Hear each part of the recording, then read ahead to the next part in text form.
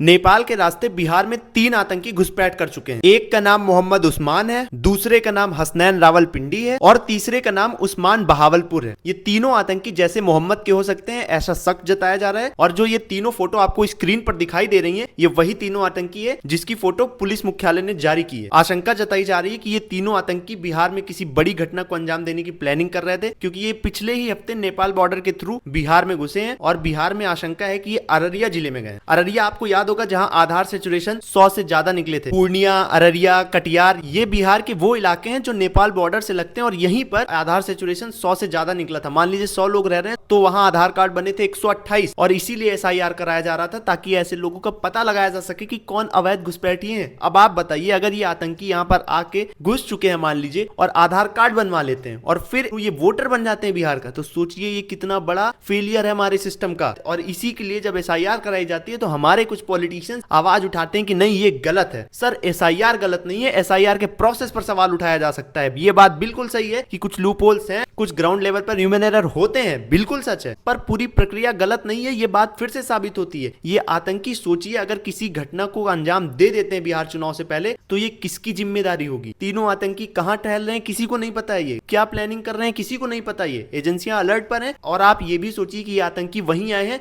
जो नेपाल बॉर्डर से सटे एरिया जहां पर आधार कार्ड ज्यादा निकले थे। तो इसकी क्या गारंटी है कि इससे पहले कोई इंसान घुसपैठ करके इन इलाकों में नहीं रह रहा होगा, क्योंकि आधार अगर ज्यादा बने हैं तो जाहिर सी बात है कि घुसपैठ हो रखी है। पूरे बिहार में 94% आधार सैचुरेशन है, मतलब अगर 100 लोग हैं तो सिर्फ 94 लोगों का आधार कार्ड बना हुआ है। और इन इलाकों में 5-6 जिले हैं जहां पर आधार सैचुरेशन 100 से ज्यादा 128 के आसपास था। तो इस चीज को कौन इंश्योर करेगा कि जो इन इलाकों में रह रहे हैं वो रियल इंडियंस हैं, और इस चीज को कौन इंश्योर करेगा कि जो बिहार में चुनाव हो रहा है उसमें रियल इंडियंस ही वोट कर रहे हैं। तो सवाल अपने आप में बड़ा है और ये सवाल सिर्फ सिस्टम के लिए ही नहीं, हर राजनेताओं के लिए है, चाहे वो पक्ष हो या विपक्ष हो। सोचने की जरूरत है कि इस घुसपैठ को रोका कैसे जाए। देश में नेपाल का ओपन बॉर्डर होता है, बहुत आराम से कोई भी घुसपैठ करके आ जाता है और Aadhaar card, ration card, birth certificate कितनी आसानी से बनवाए जाते हैं यहाँ पर सबको पता है। 40-40 हजार रुपए में नागरिकता बिक रही है एक हिसाब से। सोचिए ये कितना बड़ा इशू है। और ऐसे मुद्दों पर बात होने के बजाय बिहार में किन मुद्दों पर बात हो रही है हमें बताने की जरूरत नहीं है, नहीं तो एक टैग दे दिया जाता है सो कॉल्ड